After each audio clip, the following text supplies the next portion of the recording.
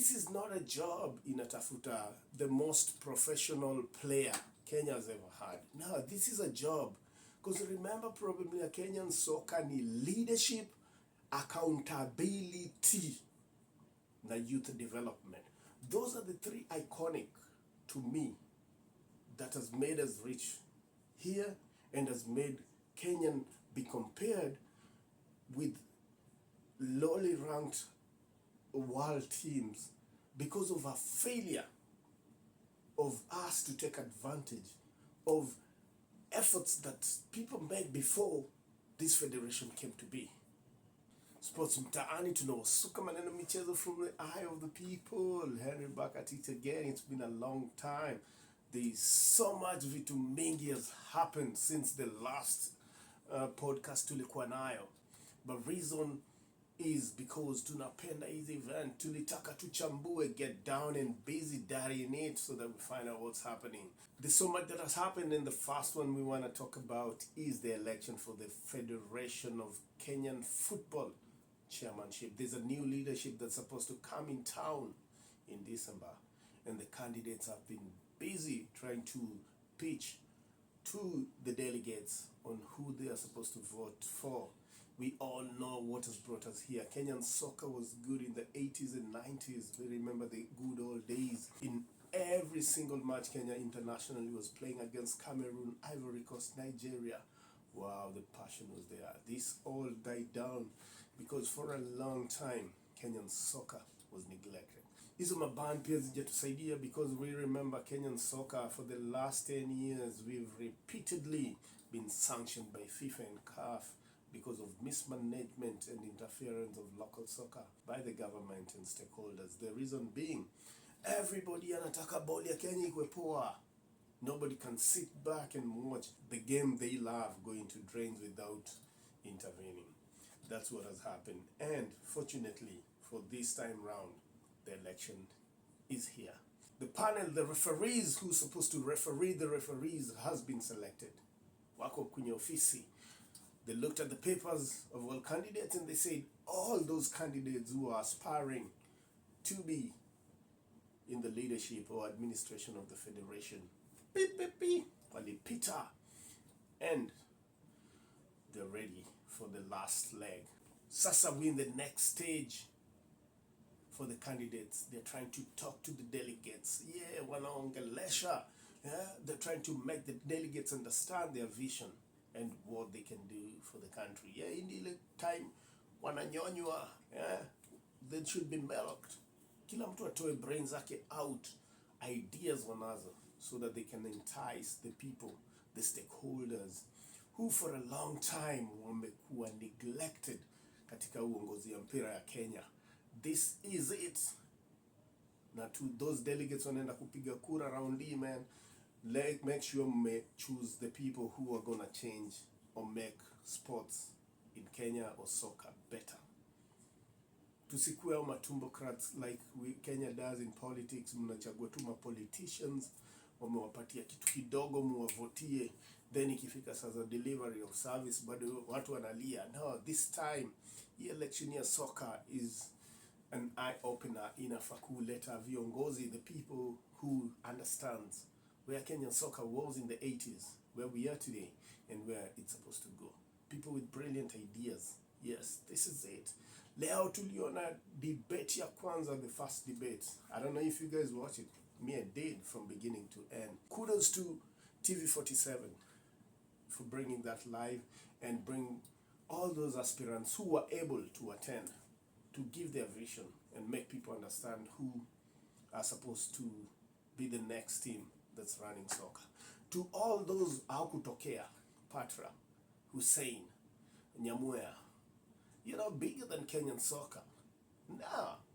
If you think you need a stage set for you that resemble probably a national presidential debate, this is not it. Sisi tunataka mtu atatusikiliza kwenye mpira. But if you're too busy for Kenyan soccer, man, you're not supposed to be here. We know all of you are aspiring politicians at some point in your life. Nyamwea tunakujua ushagombea. Yes, Hussein, we know you say this is just a stepping stone for you to get to where you want to be. Patra, wewe tunajua unasukumwa. But at the end of the day, kitu important ni we had all these people. And one thing mi nasema, na bado nasema sahi, if somebody from the past amekuja, somebody who played soccer in the 80s comes into the race, that is somebody that needs to be given an opportunity to articulate and listen to him, because at the end of the day, those were the days when Kenyan soccer was great. Tunakumbuka hii wakati watu walikuwa na furi kwenye uwanja, and the players were dedicated, the fans were there, the administration was on point. These are the days when youth soccer used to be youth soccer, not profiteering, yeah, academies, the benefits of you. Na tuliwasikia leo. Wewe ulisikia nini? Mimi nilisikia kitu moja. And most paramount, if there's any person who's vying for this position in the new administration that's supposed to come in December to usher a new era of Kenyan soccer, afai kuwa mtu ashai kuwa kwa ofisi ama kiongozi in the federation that is exiting. These people have led us to where we are. These people have damaged soccer to the place we are. If at all you've been a contractor, an advisor, given a tender to do anything, mi nasema hata wale watu wanafagia hiyo ofisi Kandanda House na kwenye nini ya federation ya FKF wanafaa watolewe wote. And it happens hata kwenye mavilabu. So much is happening in Kenyan soccer that doesn't benefit the players and the fans.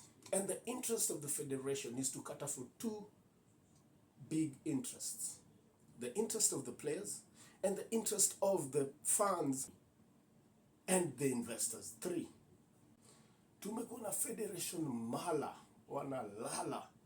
These people have not aided Kenyan soccer in the last 10 years to a place we are supposed to be. It cuts across the board, but Kenya tunajua. Kenya is always an example. Like this one, let's give an example. Watolewe hawezi kuwa umekuwa ukiadvise federation ati hey tufanye mpango. If you've been part of an advisor to the Kenyan Football Federation, the Sauti Guy Federation, atolewe wote. If you've been part and parcel of contracting, looking for tender deals, watu wanasema ati ho umecheza pro. Yes, watu wamecheza pro. This is not a job inatafuta the most professional player Kenya has ever had. No, this is a job. Because remember, probably a Kenyan soccer ni leadership, accountability, na youth development. Those are the 3 iconic to me that has made us reach here and has made Kenyan be compared with lowly ranked world teams because of a failure of us to take advantage of efforts that people made before this federation came to be. Kenya played soccer better than Nigeria. Kenya was highly ranked, better than Ivory Coast. Kenya has been at par with Cameroon. At this moment in time, in this election that's coming, I want to be as passionate as I can be. I want to be as candid as can be. I want to be as open-minded as I can be. The truth is, Kenyan soccer has died because a few people took over the management of Kenyan soccer. They don't have an interest in the development of the game from the grassroots. They are at the top. They have no knowledge of where this game is supposed to be 10 years from now. They can never project. They look at what is happening at the moment. And the most unfortunate thing, their interest is on the monies that FIFA drops to Kenya and the tenders they can get and use the money that's supposed supposed to develop the sport on the grassroots to enrich themselves. They are borrowing a leaf from what's happening in politics, and they've imported it into soccer. That should change. It should change with this election. I'll say it again, to any person who's ever held an office in the federation that's currently exiting, kindly do not give these people an opportunity to continue the impunity that has led Kenyan soccer to what it is now. And the change begins. Mi nasema tu cause na understand na naijua. Wewe kama delegate, if you are going to vote, nasikia sasa watu wanazunguka na mapesa. Kula pesa. Pigia mtu kura atainua mpira ya Kenya. Yeah. Tunawajua wote. We know all these people. We understand them. Ndio watu wame make sure mtoto wako hata kama anacheza vizuri na kuna academy fulani, hata ingia academy. Ndio na make sure hiyo academy yao ndio inatoa watu hiyo wanaenda kucheza majuu. Waangalie mtoto wako. We saw when Harambee Stars went to play for the AFCON in 2019. Hizi vitu zote tunajua. Pesa za travel tunajua. We know all this. Vote wisely. Peace.